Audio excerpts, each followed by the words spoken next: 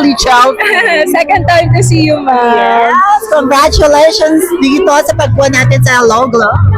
Yes, I know. Thank you so much. Well, I think the first time that I saw you, nag-take lang tayo ng picture. Yes, because you're always busy, parang inaad na kakagad ng mga pageant fans and mga medias out there. Mahirap kunin si Chelsea. Hindi naman po. But yes, I'm so happy right now talaga, and I didn't expect that I'm going to be included in the top 10. I'm just so grateful that everything was paid off tonight. You know, we woke up around 3 a.m. I think, or 4, just to do our makeup and styling, and I'm so happy now we're included in the top 10. What makes you glowy? You're so super glowing, ha? What makes you glowy? On the stage and even on na malapitan, talagang glowy. Talaga, really glowing. Well, of course, aside from the Hello Glow products that I am using, I think one of the reasons that makes me glow is definitely my dreams and aspirations in life. And whenever I think about them, I feel so energized, inspired, and motivated.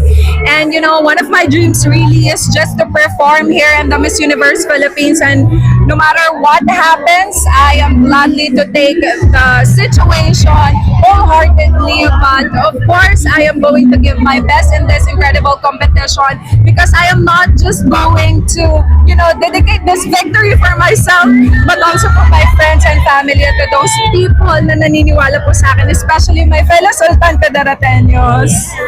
And lastly, what are we going to expect? We only have 1.5 months over here before the coronation night. Siyempre, everybody's expecting for Chelsea, of course, here. What are we going to expect from you?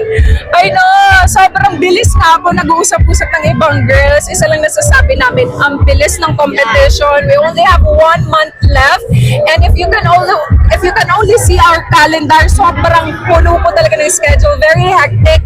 But one of the things that you will definitely expect on me is I will give you a performance in a show.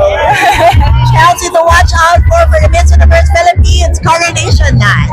Thank you so much. Congratulations. Thank you so much, everyone. See you more.